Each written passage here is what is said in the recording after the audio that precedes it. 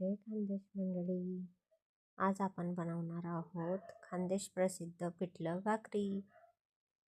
सर्वप्रथम आता आपण गॅसवर कढाई ठेवली होती, त्यात तेल तापवत ठेवलेलं होतं. त्यात आपण जिरे टाकले, लसूणचे काप केलेले होते ते पण टाकले, बारीक कांदा कापून घेतलेला होता तो पण आपण टाकला. छान त्याला परतवून घ्यायचा, लालसरपणा येईल तोपर्यंत. बारीक आपण मिरच्या पण कापून घेतलेल्या होत्या त्या पण आपण टाकल्या.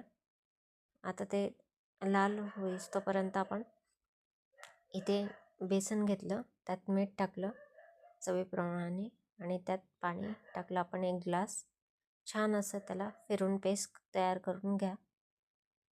आणि ती पेस्ट तयार झाल्यानंतर आपण आता बघा हे लालसर झालेलं आहे कांदा लसूण मिरच्या.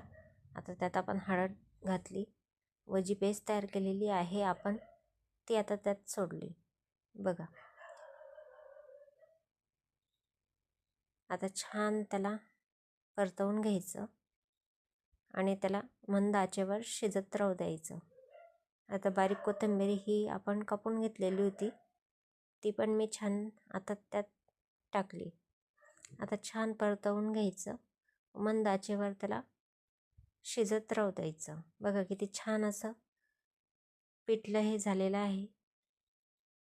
द्या मग आता भाकरीसोबत पिठलं. कसं आलं तुम्ही पण करा, कसं आलं ते कमेंट करून मला नक्कीच कळवा. लाईक करा, शेअर करा.